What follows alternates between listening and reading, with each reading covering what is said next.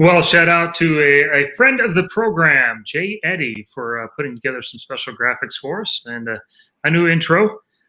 Today we do have a special show on this. It's Thursday, but it's Thursday night. So we are now the new intro and lead in to Thursday Night Football.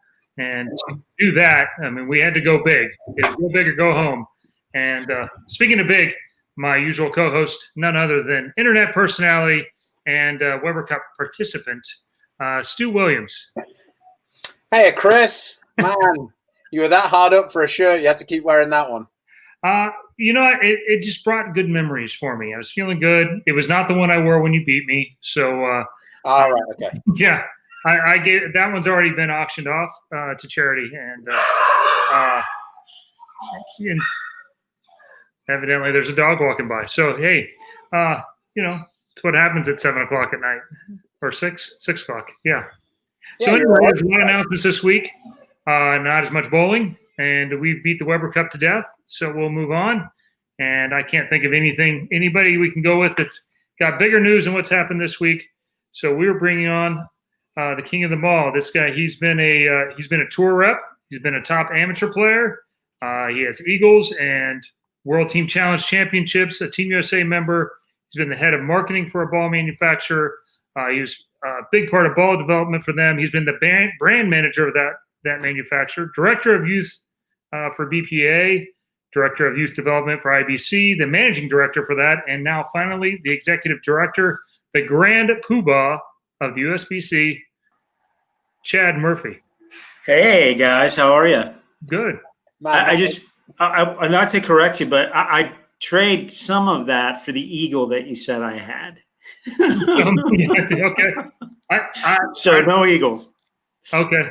All right. Well, and those chances have gone down considerably with your current title. Oh my gosh, yes. Yeah. Considerably by the rules and also the skill. Well, you control them. You can have as many as you want. Oh, brother, have you seen my scores at the Open lately? It doesn't matter. You can give yourself one for it. Best score by an executive director in the field, Eagle. Well, I'm doing that every year. It's just not very big. Well, I haven't been in a place to judge here the last year or two, so yeah. I have to be honest. We've never had quite so many text messages of questions that you should ask. Oh, I'll bet. I can imagine. So, yeah. I mean, it's. What I think we're going to try and do, right? Because I want to try and keep this somewhat organized. We're going to start off with PWBA. We're going to go a little bit over that and move into PBA, and then we'll tackle whatever we're calling the World Team Challenge now. Okay. The Team Championship Series, and I would tell you, ask whatever you like, because I mean, this is the thing. I'm playing without a net here a little bit, so feel free to fire away, but know that some of it comes back in some cases. We're fine. You don't need to really worry too much about me and Chris. It tends to be the thing on the right, which is the comment section that you might. Right. That usually is where you're going to be like dodging it. No worries. Trey is coming in to start with. Is this going to be a 1 hour show or a 4 hour show? So, yeah, it's a good one. Quickly, because I like Mandy, she says, can we ask Chad for a USBC women's update, USBC women's championship update? So yeah, easy one. We're working on a possible new location. We should have something. Reno City Council is looking at it. There's a couple other places. If that doesn't pan out, could still be in Chicago, but working on it. Everything else is as planned, but should be back in a few weeks on that one. Sounds good. Right. Okay. So we're getting a couple of the questions that are like books. Let's start off. We've got the PWBA back. We've got 20 events. Why don't you just quickly talk a little bit about that while I try and find the nice graphic that Jason Thomas sent me? Okay. Yeah, it's pretty easy. We're expanding from 14 to 20 events. Prize funds are going up from about $900,000 to $1.3 million. We lose 2 majors, which is a downside. We're 86 in the TV for now. Everything goes to Bowl TV. but really a positive if you think about it. We go from basically running a tour for 13 weeks in the summer to expanding into both January and call it October into a little bit of November. But really some feedback from the players led us to this. We had three things that we were really, struggling with. One of them is some revenue challenges. One of them, some operational challenges. And then I would tell you player challenges were part of it too. And so in listening to the players, this was kind of preferred, if you will. This is not a new concept. I haven't been talking about it publicly, but I have been talking about it at PWBA town halls for the last few years. The ladies want to make more money and they want to bowl more. That was pretty much, what was coming out of those meetings. And so this goes back probably 3 years. We lose the Players Championships and the Tour Championship. That one's pretty easy. Players Championship, we've been throwing more money at it, but we haven't gotten more players. The entry counts for that has been really low. And so it really hasn't been supported by the players, even though they're great events and they look great when we crown a champion. And then the Tour Championships, which, quite honestly, that was, my baby. Top 16 from the points come to the end of the year. Player of the year should come, close to being decided on that show, similar to NASCAR and PBA playoffs and some of those other things. But the players really didn't like it. They didn't like the format. And every year it was kind of a, discussion point about, why we're seating people on the shows and, why isn't a full field? How do you get a major, for such a small event? And so we listened to them. And this is schedule is reflective of really what the players were looking for. But it's not a 6-month thing or an 8-month thing. This has been going on for a while, these conversations for a few years. The other thing that I would tell you is this has got some COVID in it. Those classic series events, which are new, came out of our conversations about how to run a bubble event if we had to. And so there's 3 of them here. If COVID is still in our world and it's still a problem, we'll prove that we can run a bubble event in January, and that whole segment will look like that. And just quickly on talking about bubble events, I think that if me and Chris had any advice for the ladies, if they were going to go into a bubble, take snacks, lots of snacks. Yeah. Well, for somebody that's been in quarantine for quite a while, I'm with you. Well, we had some interesting food choices in England for our quarantine situation. Oh, I can't imagine. But, that's not I think this is one of the positive things that will actually come from COVID that'll stay. I think this will be a feature of our tour for quite a while, assuming that the ladies, they like it. To get 4 titles, 3 nationals and a regional in an 8-day period, but still maintain, some pretty significant amount of bowling and number of games. We'll try it out and see, but this is really something we'd like to do for a 3-year run and see where we're at. That was the quick and dirty. Yeah. Early on, you said the price went from 900,000 to 1.3. Yeah. Where does that money? How did you grow it?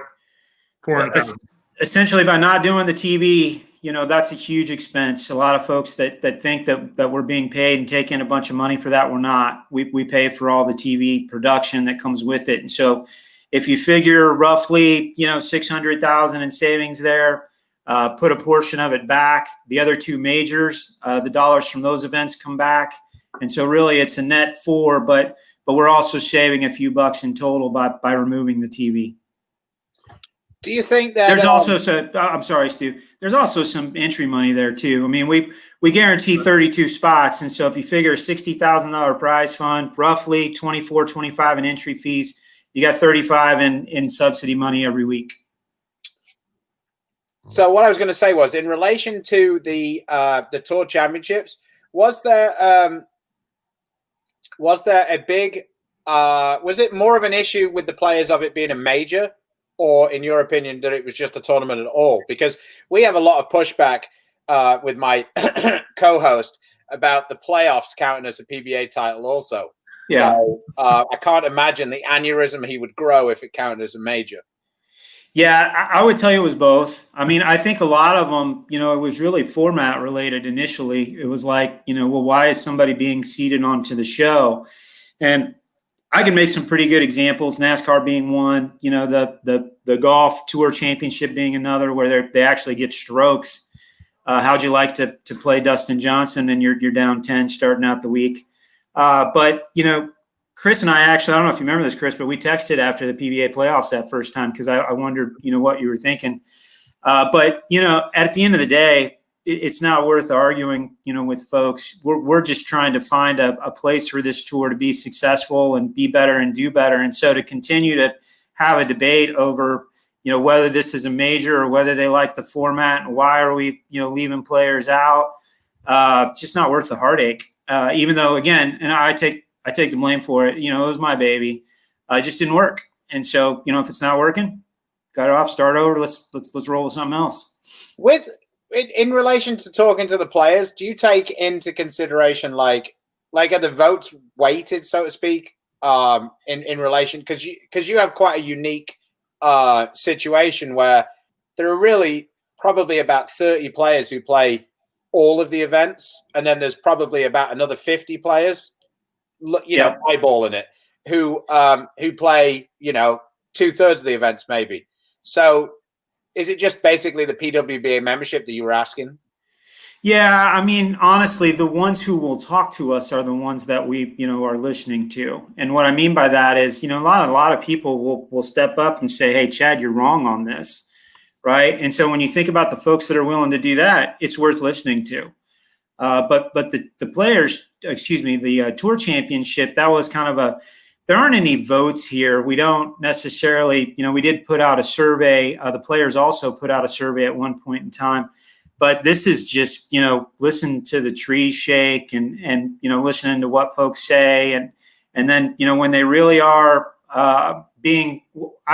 some people call it complaining. I think it's constructive. And I think that's the difference. But if you're willing to listen to somebody that's willing to, debate it on its merits. I remember the first person I had a conversation with, this really strong lady, Hall of Famer, and she gave me the business. And I had just tried to explain to her, hey, we're going to try this for a little while and see if it works. But I always say I got 100 ideas. 3 of them are any good. And some of them are bad. And if we'll just not spend too much time on the bad ones, I still think it's a good idea. But at the same time, if it doesn't, harness on to something, the great thing about working with Frank DeSocio is he's willing to try just about anything. And he certainly liked this piece of business, but this year was the PWBA at a crossroads, right? I mean, this was an opportunity because we sat out last year, were we really going to wait all the way till April to figure out whether we could run a bubble event and do some of these other things? And so we just moved some money around, try to make it go. Now, I hope that makes sense. It's not going to work for everybody. We're going to lose some folks for sure. We got some collegiate coaches in there. They're going to be in season in January and February. We got some folks that work for a living. The original tour, when we rolled it out, it didn't have any TV, but all the events were on the weekend so everybody could work. We had a big group coming from overseas that we didn't plan on. That will be harder with this. We assume that they'll still come over in the summer. I'm trying to be efficient, but you kind of get what I'm getting at there. But the simple answer to that one, Stu, it was both. People didn't like that it was a major, and they didn't like that we were seeding people onto TV. No, the only reason why I brought that up is because when only 16 players make it, and you have 50 members, there are probably 25 of those members who are struggling to have a chance to it. So if the thing about a democracy that sucks is everybody gets a vote. Well, right. That's very much the case with things like that. I mean, people always end up voting for their own self-interest. So that's why I was fascinated as to what the process was. Because looking at it from the outside, I would guess in the perfect world, you would play the way the season is right now, and you would have the Tour Championships as your showcase on TV. Well, as breaking news on Beef and Barnzy, what we've done here doesn't prevent us from rolling out a top 16 at the end of the season next year that's televised.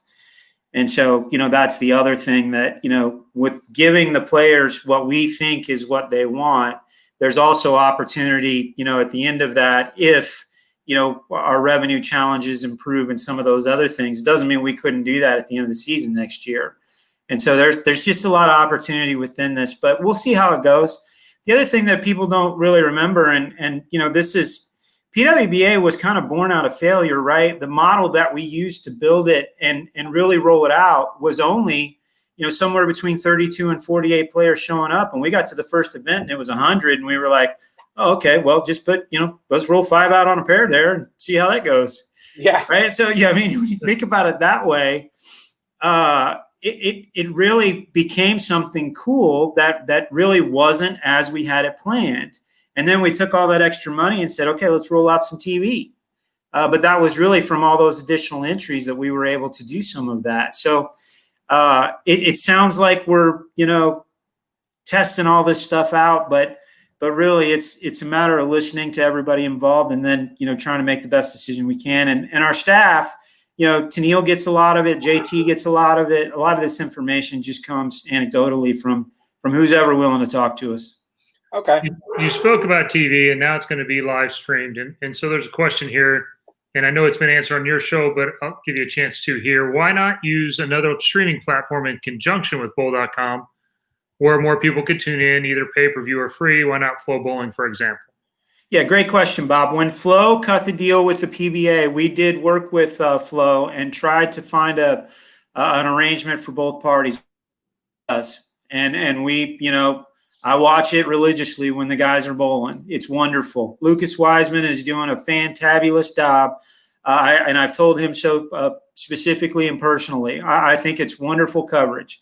And maybe that's something that we can do down the road. We just couldn't figure out a financial model that worked for both parties. You'll remember it wasn't that long ago on Bowl TV. We were just covering all the costs of that production, and it was free.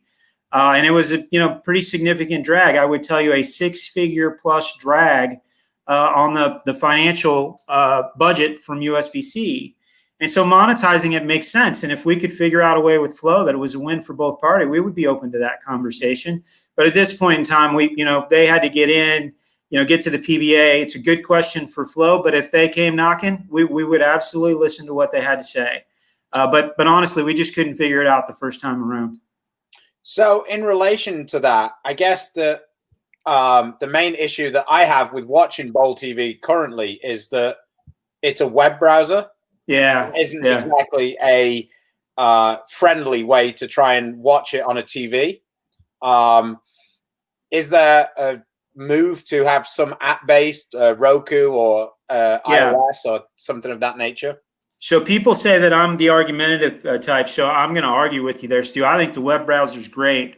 When you think of that instead of when the alternative is nothing. So I think the web browser is awesome. So I'm going to push. I'm kidding. Okay. The app's coming.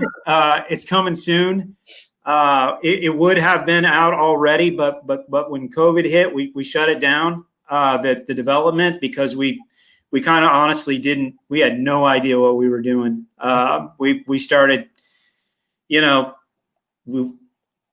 guys have any questions there? I'm happy to answer them, but we just complete unknown in so many levels. And so everything that was a spend was like an immediate, hey, stop. All capital projects, everything from an IT perspective in that app was inside there. And so we have turned it back on, and it will be available early in 2021. And it's exciting for us. I think that the fans will like it more. Sounds like you'll like it more, but I agree with you 100%. If we could have, it would be there already if it wasn't for COVID. But at the same time, there's lots of things I could talk about related to that. But I appreciate the question. All right, we'll take a question. You said you didn't want softball, so here we go. Yeah. What is the return to USBC by putting all these resources behind the women's professional bowling? Love it. Best question I'm going to get tonight. That's not a softball. It's not a hardball. It's exactly what it is. 7-year-olds, girls have to have something to aspire to be. We're not going to drag an ROI off of it. We're not going to make a bunch of money. We're going to continue to invest in the future of bowling so that a 7-year-old girl can look at Shannon O'Keefe or Kelly Kulick or Liz Johnson and want to be her instead of Mia Hamm or a WNBA player. Not having a pro tour, men's or women's, would be a huge mistake for our sport. And so because it's not in the private space, it's our responsibility to deliver something like this. PWBA was privately held by John Summer, who I love to death. John probably lost a bowling center trying to finance the PWBA for a number of years there at the end. And he just did a great job. But this isn't a business model that really works financially, but 7 and 8, 9-year-old girls have to have something to aspire to be within our sport. And that's why we do it. Thanks for the question. Okay. In relation to that, do you think that now that you've gone to a much longer schedule across the year, we touched briefly on the how many of the athletes or players have jobs or outside of bowling, and that's obviously going to present more challenges to them, and tougher choices are going to have to be made. Do you think that maybe leads it to it being less of a break-even tour now, and you might need to change the model with the prize fund? Could be. That? Yep, could be. We'll see this year who shows up, right? Because we believe that we would have to lose some folks on the front end and the back end, and maybe they can't bowl a full schedule, and maybe they can. But by maintaining the 32 cashers, if we end up with 48, then we still have a fully functioning tour. If we end up with 60, the first event, will be limited to 56, 48 through the points list. And then a TQR, PTQ, I'm not sure what we're calling it these days. But through that, we're going to have to kind of follow it and pay attention. By leaving it at 10,000 for first and 1,100, for 32nd, we're still working on a model that supports the bottom. But we may need to, really look at it. Something else I've talked in a town hall about is more of what the PBA had for a while, which was the Exempt Tour. And if you look at our tour the last couple of years, the elite events at the end of the year were modeled after that, but the players didn't really gravitate to that either. They didn't like the idea of not being able to bowl late in the summer if they were eligible. And some of the folks that bowl part-time were really against that. They couldn't get in the fields, but yes, from the financial model, we're going to have to pay attention, follow it. There's 400,000 more for them, while at the same time, can somebody, make a living out there? And I think the answer is probably no, unless you're, in those top 6 or 8 spots, which really, hasn't been that untrue of bowling for a long time. The manufacturer supports a big part of this too, because, without a manufacturer contract, as you guys know, with retainers, it's tough to be a professional bowler anyway. No, at times. I completely agree. I just feel like when you have a 56-person field and, it just feels like you're paying people to bowl when 32 make it out of 56. Yeah, and I don't disagree with you. And I think, if you listen or if you talk to some of the players, they've heard me say it before, and I don't think they like it. But we have a good relationship with the players. But I think, 24, pay them well, 28, pay them well, somewhere in that. And we still won't be paying them well. We won't be paying what they deserve. But at the same time, I just feel like you've got to find a way in which you can compensate the people better for when they have a really good week. Agreed. And I completely agree that you've got to have it so that people can still make money on the week. And it's not just the 8 people who are making money. I understand that side of it. I just feel like 32 cashing out of 56 is like to me anyway, as a competitor, like if I finish 32nd in the 56-man field, I'm devastated. And now I'm going to get almost as much money as the person who comes 16th. That to me is a little bit of a problem for professional bowler. But so as the ED of USBC, I have to be politically correct, so I can't argue with you. But that's why I'm wearing a T-shirt with a USBC logo and a hat, so that I can. The point that I would just lean on there is, some of this is development too, right? When I went out on tour as a tour rep, Mr. Barnes there had just gone out on tour, and Chris, help me, you were 28 or 9? Yeah, 28 at that time, yeah. Right? And so I was amazed at how long it took to learn to be a professional or competitively, to be a professional. There's a learning curve to this. And so this tour is kind of built for those people to come out, get a few checks, get their feet wet and learn, so that they don't just get run off before they might, aspire to be something bigger. But I wouldn't tell you one's right or wrong, Stu. We're just trying to make our way through it. Okay. So with the revelation we had on the Beef and Barnzy show a couple of weeks ago with Coley Edison, she told us that PWBA players, or let me back that up a second, female players would be involved in the PBA league moving forward. Okay. Has there been any discussion over how this is going to work on your end?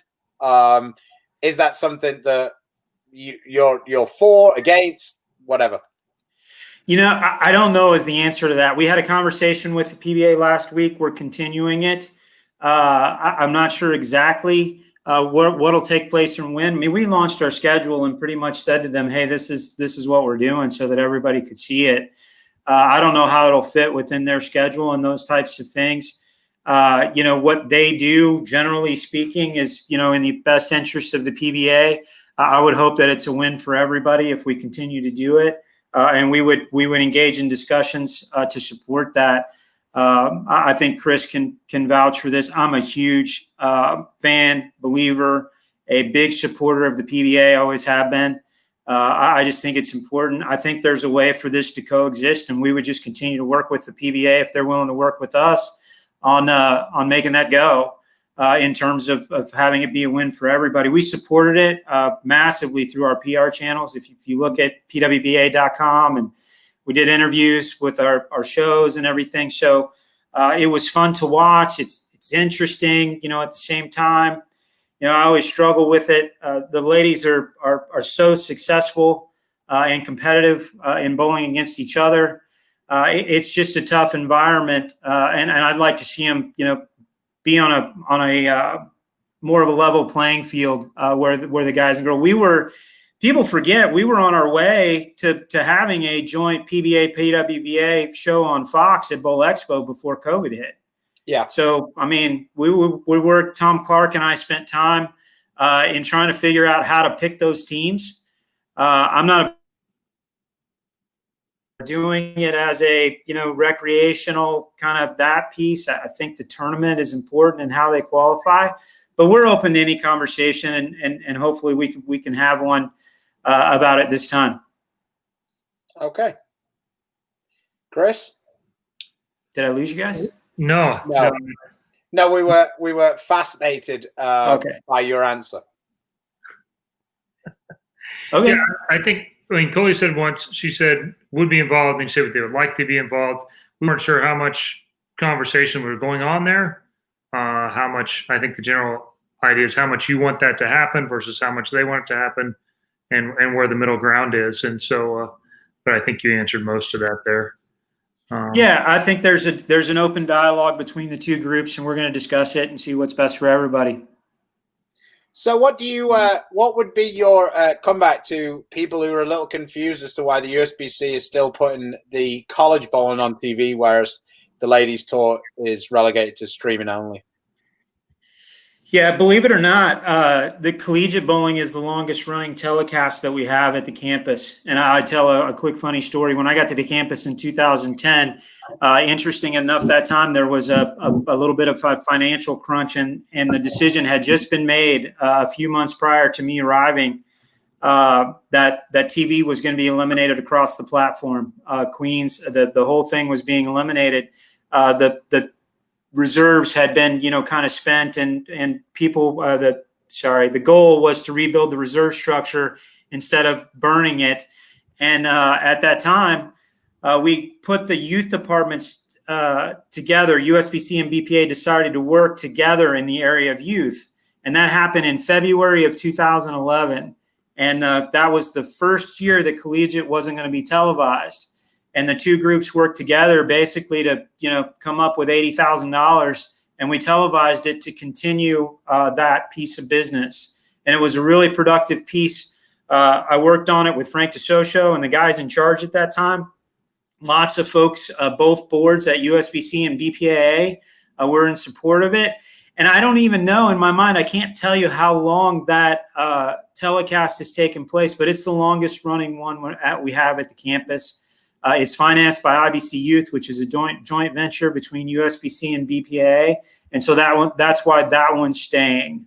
The youth tournaments we started televising a few years ago, as part of design for Junior Gold and raising the profile, and so all of the other stuff at this point in time is on hold. It doesn't mean we're getting out of the TV business, because we're still going to work towards it, but at this point in time, we're getting out of paying for it. And I hope that makes sense. We hired a group, Wasserman, what would have been last fall. We signed a new agreement with CBS Sports Network, and we hired an agency, Wasserman, to really find us a partner and some subsidy money to go with it.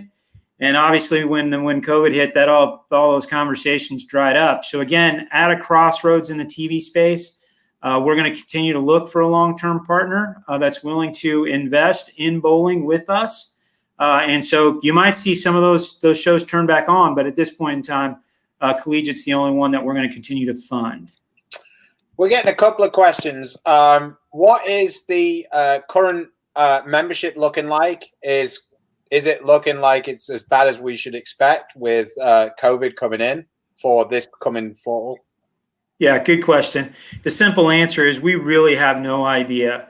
If you look at who's come in versus who comes in normally, and the thing that you first have to remember about the USBC membership piece is when you go into a bowling center and you fill out that card and you process your USBC membership, and then if you think about when you get your card in the mail, Chris, how long does it usually take? It can be a minute. Right. And so, I mean, in some cases, it's up to 90 days. So, yeah. Yeah. And so if you think about that, and most of that is spent between the league fully forming a few weeks, right, to make sure all the teams are on the floor. And then it processes to the local, and then the local has all of these leagues in there to be processed, and that takes a little while. Then it gets to us, and then we run a nonprofit mailing, which is the back end 12 days. And so if you look at the members that are coming in, yeah, it looks like a significant decline. But we're still not there yet. We still don't usually know until the first week in December every year what the membership is going to look like. As an example, last year, the first week in December, we were down just barely 1% year over year. And this year it's going to be significantly more than that. But at this point in time, we're not looking to scare anybody. We are currently surveying bowlers who didn't come back. So we took the leagues that are in the system last year and the ones that have already come back this year. We took the empty bowlers that didn't come back, and we're asking them, hey, why didn't you come back? 80 some odd % of it is COVID. And then if they answer that way, we ask them, hey, when do you plan to come back? A, are you coming back after a vaccine comes back? B, when COVID's over? C, in January? But then you throw in California, right? Michigan's been down. California, Michigan, and New York are 1, 2, 3 in membership. And in a lot of cases, those leagues haven't even floored yet, especially in California.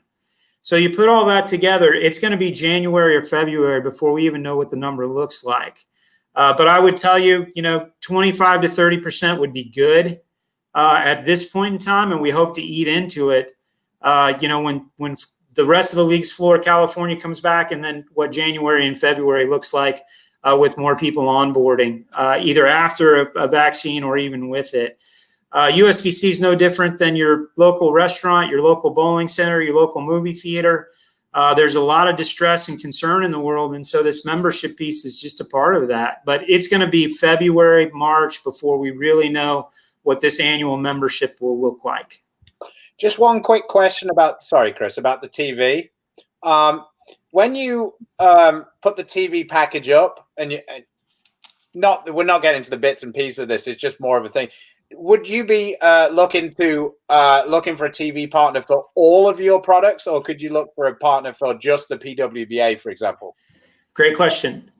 When we started the conversations with Wasserman, and you can put any letters that you want into it, they were having conversations with everybody. But they were also having conversations with Amazon Prime and Netflix and Google and some of those other places too. And they're not looking for, 21 TV shows or anything like that. In some cases, they're just looking to get into the space and see what it looks like. And so the answer is we would be looking for a partner for really any of the individual pieces or the whole package. CBS Sports Network, as an example, has been a wonderful partner for us, but in some cases it's a challenge, right, because of who has it and who doesn't. But at the same time, they've been a good partner because they were willing to take the whole package. Historically, if you just go back a number of years, USBC Queens and Chris used to be used to do the show, and it was on ESPN2, but they were one-offs, right? They weren't part of a package. And what we originally tried to do was put a package together that basically went from April, fast forward all the way through to the end of the summer. And CBS Sports was willing to work with us on that with some taped and a whole bunch of lives. But we're open to any partner that would want to have any conversation, and we're opening up dialogue with everybody. So I'm learning that the YouTube watchers are more insistent on their questions than the Facebook watchers. So, okay. This is the third time they've asked, would the PWBA have their own YouTube channel, please? It's something to consider. There's lots of things in there. You get most of that coverage through the Bowl TV channel. Longer term, will PWBA become its own entity, third party? It has its own website, if you will. So there's certainly merit to that. But at this point in time, we are who we are and what we are as a governing body. And so we try to, be efficient, share resources, and then obviously the revenue that comes with it. It's kind of about eyeballs too. When you think about it, we want to get as many eyes as we can. If PWBA starts up from fresh in some of those spaces, and it's why you see a lot of PWBA coverage on our USBC Facebook page, in addition to the PWBA page, so we can get more eyeballs on it. A little bit of an uncomfortable question. With a downturn in membership, gotta go. Thanks for having me. How will that impact staffing and things at USBC? Yeah, and again, we've been probably too transparent with this, and I'm not sure everybody's comfortable with it, but I just don't really know any other way. We had a resizing of the business a few months ago. It was about 20%. We knew that some of this was coming. I won't tell you we've been ahead of COVID because I don't think that's even remotely possible. But we've done our best to make decisions and working with our board and giving them enough information to help us make decisions as we've kind of made our way through this. But we tried to get ahead. We used some separations, some furloughs, salary reductions, just as any company would do. And we did that a few months ago. We're going back to get a budget approved in a couple weeks at our fall board meeting. And some of those decisions will come out of that. But we're going to have fewer hands, probably more contractors than we've ever had, especially at the beginning, just to try to stretch things out. A lot of people don't realize a lot of the folks in the model at the Open and Women's Championships, we've got an extra, call it 150 employees on top of our 100 at the campus. And those are manpower employees. They're part-time employees that work for, 3 and 4 months at the championships. And so using a little bit of that model with some folks to take on other pieces of the business will save us some dollars. It's not great for our employees. We want to get all our folks back. But at the same time, it's going to be a while. And so 20% was kind of the number. And so we went ahead and we're proactive about it. And then we'll see what January and February brings. But we'd like to onboard them exactly how we had to let go of them. And, we'll hold on to some of the salary reductions to get some of those folks back, because quite honestly, we need the hands first. But those are tough business questions that I know a lot of folks don't want to answer, but we're trying to be responsible with everybody and the money that we have. USBC is in a wonderful financial position. I always used to laugh when I would go to, Facebook pages and they were talking about how USBC was broke and going out of business. The reserve structure at USBC is based on, nonprofit best practices. And if you really want the information, go to our website. Our financials are all there, including our 990s. USBC is well positioned to survive easily through this pandemic, even if it lasted a couple more years. Our board and really the folks that came before me, going back to when I just talked about how, the goal at one point in time was to rebuild the reserve structure. That has been done. All of that money's there. And so we're going to be fine, but we still have to be responsible and really, think big picture, a 3 to 5 year outlook as opposed to a 1 year outlook when it comes to the financials. Man, I can't believe social media was wrong on that. God, Chris, we're going to have to find new sources.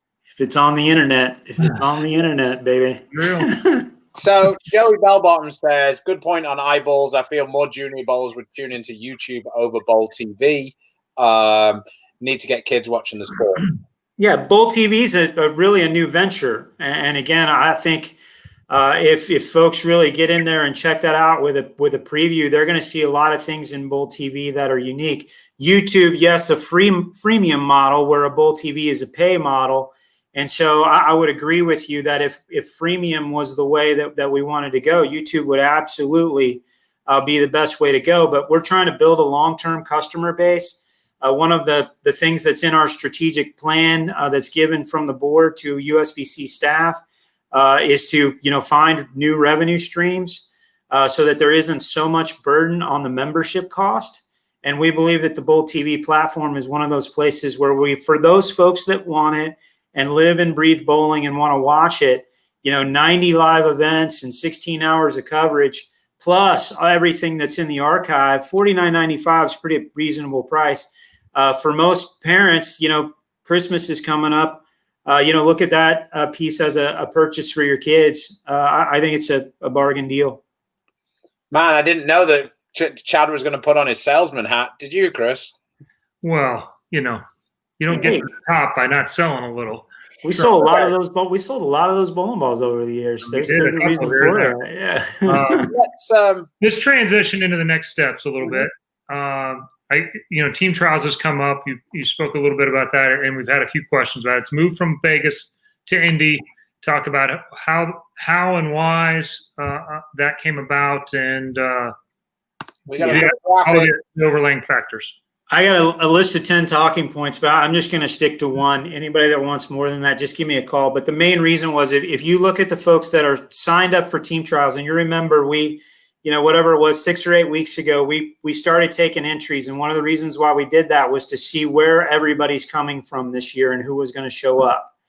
And so I'll just give you one stat. 49% of this event, the folks that are signed up are within 5 hours of Indy. A little less than 10%, within 5 hours of Vegas. And so that is the biggest reason. If you look at the capacity restraints, the governance, the local, that was certainly a part of it. But we could have split to 2 centers in Vegas, just like we're doing in Indy. But having everybody drive instead of fly, you think about, people and how they do that. It's just safer. And so that's why we made the decision. I would just like to share for a second, Mike Kaufman's a wonderful partner for us at Boyd Gaming. They've been wonderful, in having us move. Team trials will return to Mike and his properties in 2022 as part of allowing us to move. But really the simple of it is that there's so many of the folks that are coming are within a small distance of Indy. And so it was a pretty easy decision to make, but we had to get the entries in to really, really see it and understand it. Hopefully that's enough, but I can get into the other stuff. But that when we realized that, it was a no-brainer. And plus, Doty's a wonderful partner for bowling. I mean, Royal Pin's always been great. Yeah. I mean, the one thing there was me thinking that Team USA was just getting too many lefties, and this was the only solution you had to solve it. Well, that's not lost on a lot of people. We work pretty hard to, try to level it, but that place certainly has some characteristics. I'm not sure Woodland's the answer. Well, it's not at Woodland. It's in Western. Okay. It's in Western and Expo. But yeah, we'll take it back. All right. Bye. Yeah, there's a reason why God, this can be twice. I'm going to take a shot at Couch in one day. There's a reason why Jason Couch and Don Mitchell were so tight, right? We got a permanent suite at the house. Mr. Albee. I just nothing but respect for those guys. Having a little fun. Let's get on to the things that me and Chris really care about. Okay. US Open is back. We're going to sunny Green Bay in February. Interesting fit weather-wise. I mean, I love my time up there. The people, the volunteers, God bless them, standing out in that car park.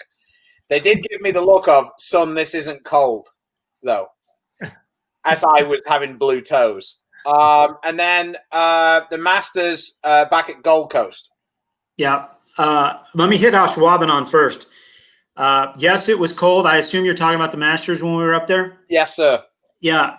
What I love about that area of the country is it's bowling country. And when you think about the number of volunteers that get involved when we hold an event up there, they just love it. It's easy to ask people to help, and they're there to help. And so when we did the last RFP and Ashwaubenon came across, we knew that we were going to go back there because they're so easy to work with. They love bowling.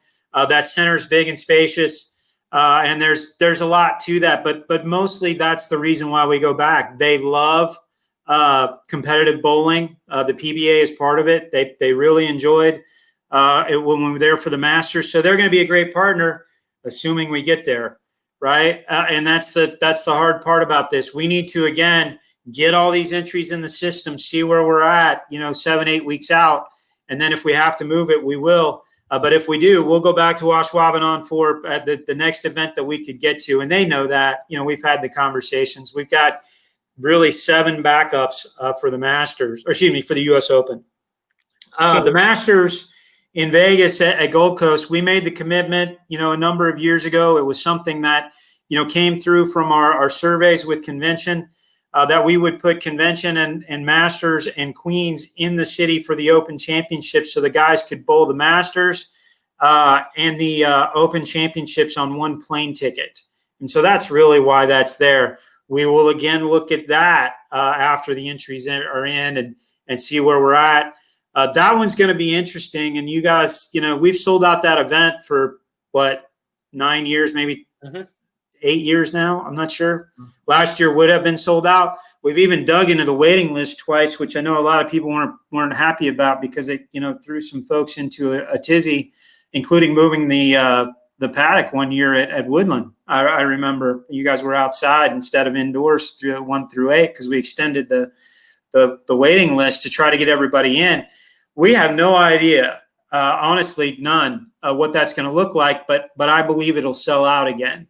And so when you think about that, we have every scenario you could possibly imagine, including, possibly being in 2 centers there.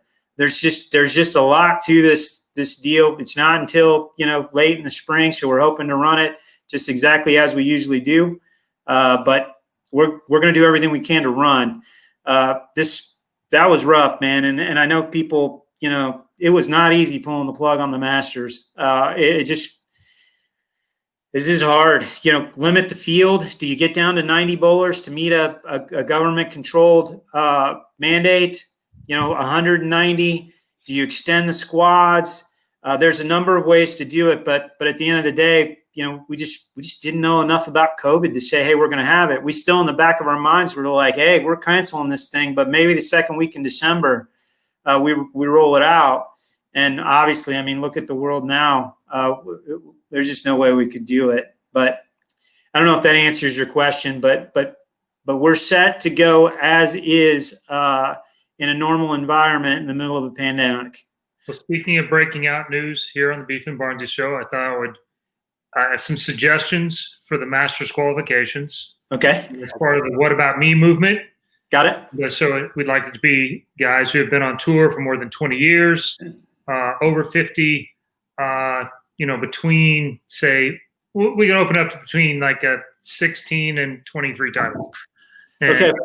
And I wrote that down, and then I got this eraser. There's a lot. I thought you were going to. A lot of social distancing involved there. I think it works out pretty good. Yeah. How many Masters titles do you have, Chris? Yeah, I have the same as your number of Eagles. Yeah. I'm missing that bird. So I know we're spending a lot of time. We're not getting to the end, but I really want to talk to you about that last one that we announced today. But we'll get I think it's tough because everybody is, Yeah. Did you guys? I don't know if you guys watched the show today, but I was watching the PBA show Saturday night. Randy started talking about you guys, and he started a conversation that I thought was interesting that I hadn't heard on the show before that I believe is true. And it's inherent in our nature as bowlers and competitors to look at it through our lens, like you just did. Mm-hmm. And I know you're being funny, and I appreciate it. But at the same time, you guys know what I'm talking about. He was talking about how you have to be a little cocky to be a competitive bowler and to be good at it. And I always said, hey, if you don't have a little jerk in you, you can't be good on the PBA tour. Because you have to hold your competitors in contempt and those types of things. But, the lens that we look through, especially in this COVID environment, is going to need to be a little wider than the one we were looking in, 2 years. We'll get back to the lens that we were looking at 2 years ago, and we'll be happy to let everybody get back to that lens. But at this point in time, we got to think big picture. Okay. So, I can tell this is the one that you were, this is the subject that you're most interested to talk about. So we'll let you go off. We've got the new team challenge, right? It's the Stuart. What, you notice I said Stuart? That? Chris, did you hear me say Stuart, not Stu? What we got with? What we calling it? You see, it's presented by Go Bowling. It's the Team Championship Series. Team Championship Series. Okay. Presented by Go Bowling. Okay. So anyway, back in the day, right? You were one would say that you were fairly successful in that, Chad. He was on the second or third best team in that thing. Oh, we're not going to talk about me. That's yes. I specifically talked about this morning with the guys before we got in there. So black research. Here we go. Oh my gosh. Yeah. I think we'll full screen this for the people at home. That was a few miles ago. Yeah. No. We just 1 2 1 2 4 8. Oh, here's your brother. And we're gonna get the commentary as well. I believe this, but there we go. That's your shot. Now, young Mr. Murphy just got ahead of himself there. Chad let that one get off his hand a little bit different than he'd like to normally, and he actually was out of time, got there and losing his balance from fouling. Tough spare. I just love the commentary. Yeah, Earl did a great job with those shows with us how hard they were. But of all the shots you could pick, and you picked that one. No, it's fine. Look, I'm not that mean. They were impossible all the time. Can I tell a funny story about the goatee? Yeah, sure. But here, I think the commentary's gone at this point on this particular video. But look at this one. You had a bit of the screen follow through on that one. Yeah, it was fun times, man. Those teams, even a lot of people don't remember it, nor would anybody really care. But I gotta ask, my World Team Challenge entry was Chris Barnes asking me to bowl on his team, and I hopefully you'll remember this, but I asked him when he asked me to bowl, hey, how many people did you ask before you got to me? That's how we started. But these events were a lot of fun, and the lanes were so hard. Steve Klimpkin did a good job today on our show of talking about how hard they were. Hit the one in front. Where's the glasses at? This must be an older one. Yeah, this is pretty. I didn't even. Yeah, he looks good, doesn't he? Oh, see, I've had that senior carry for a long time. You guys think I just got that? It's nice to see you've been a lucky bastard your whole life. Yeah. How many strikes did you get on TV in all those TV shows? I mean, can you count them? Probably about one per show. Yeah. I mean, they were so hard. Hitting the head pin really was. It sounds ridiculous, but how many times you shot a head pin spare on those shows, and you could miss the head pin on either side relatively easily. They were so hard. I thought they were. Yeah, I mean, I'm all for sport patterns and tougher patterns, but they maybe were a little above and beyond there at times. That they were really difficult. Chris and I bowled one. God, it might have been an Indy with Gaines and Healy. And Koike, I think. I don't know if you remember that one. It was probably the best team I ever bowled on, and we did terrible. I mean, they were brutally hard. Chris, the last block, everybody's trying to play together. We're all like 15 to 18 piping it, and he moves into 30, and we're all looking at him like, "What are you doing, man?" And I think we got in an argument over it, which wouldn't be that crazy. Weird. And he throws the back 8 and won the high pot, and we all had a split of it. And then he didn't want to pay us because we told him he was dumb for moving in there. That's a true story. That's a true story. Nobody's gonna come to my aid on this one. That's a true story.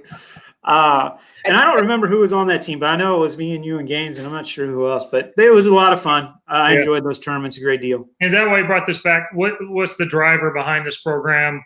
What are the goals, and how's it work? When I came in as ED a few years ago, we were set to launch this. We hired Damon Sirocco to run the PWBA tour as the tournament director, and then also this event. He had actually already contracted with I think 4 cities. This is back in 15, 16. And, Damon, went back home and left us, and we didn't really have anybody to do the work. And then PWBA came in, and so we got pretty busy with that. And so, it kind of got onto the back burner. But the concept is really to begin to rebuild what I call the, amateur bowling network.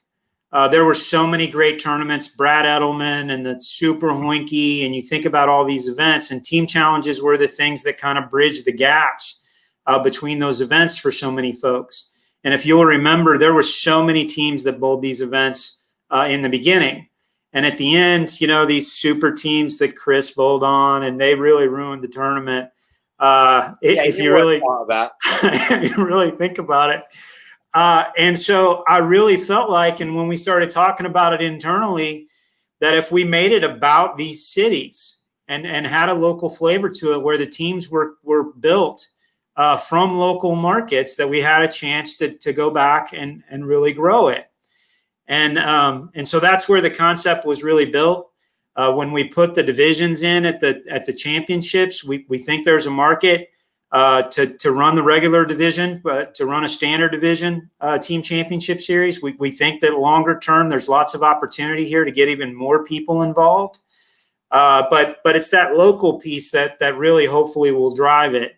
I said it this morning, so I won't spend a whole lot of time on it, but everybody thinks where they come from has the best bowlers. Well, let's get out there and see, because in most cases, we put teams together from different markets. Mm-hmm. Right, where we're actually, in this case, going to ask everybody to come from their home market and come out and compete. So that's where it really came from. I did notice from the press release that, now that I live in Texas and I'm one of the boys, that there isn't one in the Texas area. Was that because the rest of the country couldn't stand the smoke? Well, we're going to put it out on RFP, and honestly, we're going to start with 3, but I'd like to think that there'll be more than that. But we need to find partners, right? Centers that are willing to give up their space, their weekends for this. And so that's step number 1. If we got, 20 centers that were willing to look at it, we would try to find a financial partner for each and every of those centers. So if you want to put up an RFP for the event in Austin, we take a look at it for sure. And then we just need a partner to pay for it. But, we're not using, membership dollars, if you will, for this. Certainly resources to run it, but we're really going to grow it through sponsorship, starting with Go Bowling. Well, there you go. There's someone. Longview's already putting their hand up. Love it. We'll get you an RFP. Real quick, though. Yeah, Linda said she wouldn't be sitting in our living room if it weren't for team challenges. So, I'm not sure if that's a good or bad thing. I'm not here to judge. I'm just saying. That's where you guys met, I assume, is what's happening there? I think it was more a case of they paid for some of it. Oh, sorry. Part of that was Linda was one with teams, and we got to meet each other through some of those as well. So. Oh, I see. Yeah. That's a good story. Glad we could help. Oh, never mind. That was from Marcy. She was under Linda's name. That makes a whole lot more sense now. All right. That's funny. So, real quick, though, I find it kind of funny that we're talking about 5-man team events in an era of social distancing. Is there a plan in place for that? Because I personally bowl 5-man team league at the moment, and we bowl 1 team per pair. Mm-hmm. Is that something you're looking at, or are you looking at this being that it's in the future enough that we'll be just back to 10 a pair? Yeah. We're launching it as it will be long term, but same thing with all the other events. If we have to get down to 1 team per pair, we certainly will. the next decision that'll be made with our 5-man teams is the Open Championship and what it looks like. This sounds crazy, but we have 8,500 teams signed up for the Open right now. We would normally have maybe 6,300. Awesome. Getting 10,000. So there's a lot of demand for the Open Championships. But if we have to run it on one team per pair, 6,500 is probably what we can run. And so now move out several months and then think about these events. Whatever the local guidelines are, we'll follow them. But if we have to run 2 events, we'll run 2 events for 48 teams. We'll do whatever we can to run. We want to get back to running these events, but we will commit to doing it safely without a doubt. I hope that answers the question. Yeah. So just quickly, in case, because, these things get lost. From what I heard, it's going to be an entry fee of $700 per team. Was that correct? Yes, sir. $10,000 for first. Was that correct also? Yes, sir. Everybody had to be from the same association on the team, and you had to have 21 games of league. And then, further than that, Rule 24 from the Open will come in. So no more than 1 national titleist per team, Team USA player, all those other things that go with it. But everything that you just said is true. $2,000 for 10th, 1 in 5 cashing ratio, $20,000 in added money into the prize fund. And then brackets, all those other things. Because this is more like we've got to the point now where it's about us. So okay. Does that mean that me and Chris couldn't bowl with another member? That is correct. Cool. Yeah. You guys will. And again, I like to think we're going to get to the world where, and again, I love having you guys around, and people give me a little bit of grief because we added the PBA players back to the Open Championships. But I think as a member, you should be allowed to bowl. And so in this world, if you guys ever get back to where you're bowling the whole season, you wouldn't even be available to bowl these events. But if you're going to come bowl them, pick 4 guys out of your association that you'll be competitive with, but that certainly aren't at your level, and then let's go compete. Okay. All right. Cool beans. Have one in Texas. We'll see you there. Awesome. I guess last question, Team USA. The head coach is on furlough right now, right? So how's that going to work with team trials and selections and those kind of things? Yeah, so we'll piece it back together. The team is really set with an additional few folks coming in for team trials because everybody that was on the team last year is moving forward. So it's going to be a gigantic team this year. But interesting, if you look at the schedule and what World Bowling's doing, this is going to be the biggest number of competitions in a given year unless things change. From all the youth events, everything is basically loaded in, including PABCON and Worlds, and so we're not really sure how that's going to break out. But we'll certainly piece it back together over the next couple months before we get to team trials, and then we'll select some folks there. How do we schedule camp is certainly a part of this, and we will absolutely, more than likely, I say. We'll have to be testing folks on their way in to camp as part of that, per NGB structure and rules. So there's a lot to Team USA this year that's going to be different because of the protocols that are coming from USOC. And so there's a lot still yet to be determined, but same thing. We're planning on running, getting back to as normal as possible. Well, thanks for your candid responses, Chad. We appreciated it. I think that the comment section was a lot kinder to you than I expected. Yeah, I'm almost shocked by the way it went down. I guess we actually have some respectful viewers. They've impressed me, Chris. Yeah, there was actually some good questions in there too. I think some things that people do want to know that aren't necessarily easy or layups, but I appreciate you answering them. And we went 1 whole hour, and I'm really proud of you guys for this. We went 1 whole hour with nobody complaining about not getting an award. Hey, yeah. I'm not actually looking at the chat, but I'll go back and check it out afterwards. But I appreciate you guys having me on. I think it's, I think what you guys are doing is great. I know I've already told you this privately, but I'll say it publicly. I think you're onto something here. These shows are important. The way you're spreading the goodness, even if it's a critical voice at times. I just think it's wonderful. The more folks that we, can get talking about bowling, the more people that'll be interested in bowling and following it. And I just think it's wonderful. So keep up the good work. There you go. Even getting the great job, Chad. Bowling is lucky to have you. Thank you, Again, LB. Again, Linda's account was hacked. Thanks, Marcy. Love you too.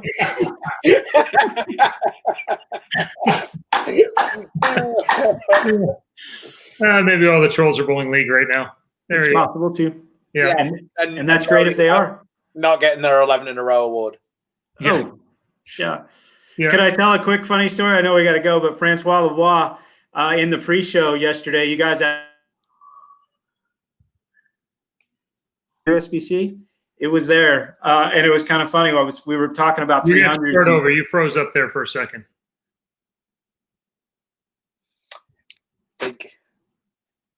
I think it's telling them we don't want this story. All right. Well, it was real. It's been it was a good show. Thanks to Chad for joining us. Come on, Chris, do your magic. Well, hey, once again, I do appreciate you coming in. You guys were good in the chat and well mannered. Shockingly, we really appreciate Chad coming on, answering a bunch of questions, and some of those were not the usual lobbed up ones. So, for all of you out there, we'll be back Tuesday at 10 a.m. and we will come in with something new and exciting. I'm sure some playoff updates and some other guests, and maybe we'll even have some follow-ups if something else happens. So, and we're gonna have a Beef and Barnzy special on Friday. Okay. We're gonna go live from a matchmaker in Plano, Texas. Week from tomorrow, right? Yeah. Yeah. All right. Friday. There we go. So I guess with all that, so please, when you get a chance, support our sponsors: 900 Global, Rotogrip, Storm, Vice, Turbo, Coolwick, 3G Shoes, Dexter, Master, and Bowlers Mart. And there's still room on that graphic for your company here too. So don't be afraid. Just get in touch.